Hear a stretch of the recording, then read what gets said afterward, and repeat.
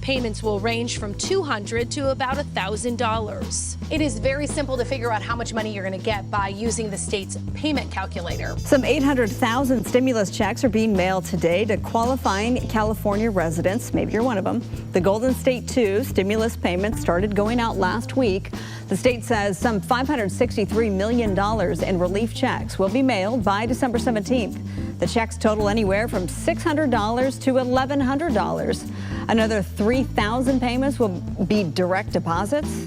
This money comes. So big news for Social Security and SSI and SSDI, as well as VA beneficiaries in 50 states across the country. Every state in the country can receive stimulus checks very soon. Two factors decide this, and it goes for retirees who rely on Social Security benefits for income. So the size of Medicare Part B premiums and taxes on benefits may offset just how much bigger these monthly checks will be in 2023. The good news is that the standard monthly premium for Medicare Part B, which covers outpatient and medical coverage, is set to go down by 3% next year to $164 from the current rate of $170. Because those premiums are typically deducted directly from benefit checks, a lower rate will bump it possible for more beneficiaries to see the bump from the COLA, or cost of living adjustment. However, the higher COLA could prompt some beneficiaries to get bumped into a higher tax bracket. Economists say that the record high COLA is great for retirees as they grapple with higher food prices on everything from rent to food to gas. One economist told CNBC that while they're excited to see the increase coming, they're not really envisioning what the impact can be from a tax standpoint. Social Security benefits are also taxed on a formula known as combined or provisional income. It's calculated by taking your adjusted gross income and adding that non-taxable interest and half your Social Security benefits on it. Taxes on Social Security benefits apply to single taxpayers starting with $25,000 and go up to $32,000 for married couples. And for individuals more than $34,000 with combined income, they get taxed up to 85% of their benefits. And because of these thresholds are not adjusted for wage growth or inflation, over time that has pushed more Social Security beneficiaries to pay taxes on their benefits. And when taxes on benefits were first introduced back in 1983, just 8% of families paid taxes. Everybody were eligible for this. And in 2021, that has climbed to an estimated 50% of American households. So there may be room for some beneficiaries to increase their retirement withdrawals while still not incurring a tax liability on their benefit. According to CNBC News, a married couple who are both 65 with $35,000 in benefits may pay up to $23,000 in taxes. So early in the crisis, families had more cash on hand as they cut their spending on things like dining out, and as the federal government rolled out stimulus checks. This did help pay off credit card debt.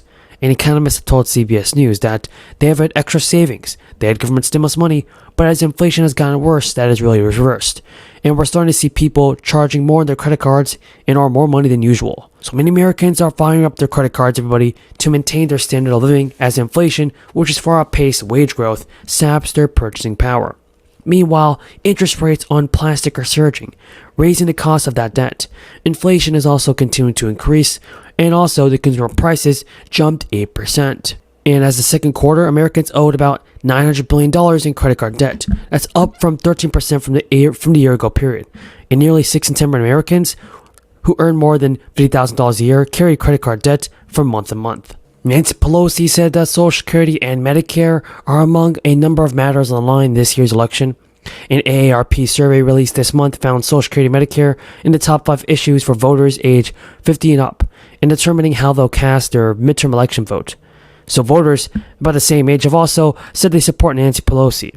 Do you agree with them, everybody? Tell me in the comments. So call it a 2/3 chance Republicans end up with control of the Senate in 2021 and a 1/3 chance that Democrats do. Now, if Democrats do control the Senate, then there is, even if they do, it's going to be by one vote, the slimmest possible margin. But it is possible they could roll up one huge bill that has a lot of this sort of stimulus in it, direct aid for cities and states, some other things, and pass that probably with only Democratic votes or maybe only a couple Republican votes. If Republicans... Now, Chuck Schumer and Manchin are holding meetings on how to move forward with President Biden's Build Back Better bill. Schumer has announced that the bill will be passed very soon. However, there will be some adjustments to the finalized version of the bill. Watch to the end to find out how to receive your fourth stimulus check. Schumer has said that he and other centrist Democrats like Manchin had discussed moving a bill that would unwind parts of the Republican tax law enacted when the former president was in office. The good news is that Schumer has confirmed that the bill could be passed in just a few weeks. The goal is to ease inflation, which is badly hurting economies, and President Biden's approval ratings. Democrats are eyeing a fast-track budget process that would bypass the need for 60 votes in the Senate necessary to overcome a Republican filibuster.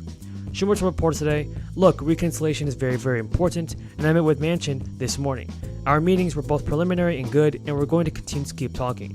Schumer added to reporters, "If you want to get rid of inflation, the only way to do it is to undo a lot of the former president's tax cuts and raise rates. No Republican is ever going to do that. So the only way to get rid of inflation is through reconciliation." Manchin of West Virginia, who played a key role in stalling the Democrats' sweeping spending bill, cited concerns about its impact on national debt and deficit.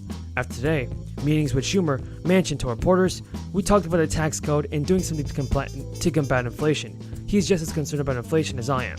Reconciliation to me is about getting inflation under control, paying down debt, and getting a handle on what's going on." The West Virginia Democrat voiced an interest in potentially raising the corporate tax rate to 25% and the capital gains rate tax to 28%. To pass the reconciliation bill, Schumer would actually need to keep his entire caucus together due to the evenly split margins in the Senate. It's unclear if centrist Democrat Chris Sinema of Arizona, who also played a big role in Build Back Better legislation, is open to the negotiations. Schumer has also said that today that President Biden is getting closer to canceling up to $50,000 in student loan debt for borrowers through executive action. During a speech on the Senate floor, Schumer said, "I'll keep urging the president to take this action, an important step. And I say to my colleagues, I think the president is moving in my direction. My talks with him and his staff have been getting very fruitful over the last little while, and I'm hopeful that we will do the right thing together." Now, the Biden administration extended the moratorium on federal student loan payments earlier this month, through the end of August. According to the Department of Education, a total of 43 million Americans owe a total of about $1.75 trillion in student loan debt. That's a number that has nearly doubled in the past decade. The progressive wing of the Democratic Party started pressuring Biden in the first weeks of his presidency to take executive action to cancel $50,000 in student loan debt. But President Biden shot down the proposal last year. With Schumer's optimism Wednesday, though, the president can move on his student debt ahead of the midterm elections this year. Jen Psaki actually told reporters the president has been considering and looking at options for how to provide more relief to students across the country. Meanwhile, Republicans have been united in their opposition to any student debt forgiveness. The GOP senators introduced an act that would actually end the suspension of repayments and prevent the president from canceling student debt. Senate Republican Mike Braun said in an official statement this week that the majority of Americans do not have college degrees, and this transfer of wealth is not a move to advance equity, but rather a taxpayer handout to appease activists. Folks, do you think President Biden is doing a good job on handling student debt? Tell me what you think in the comments. Senator? I do. Good. And Senator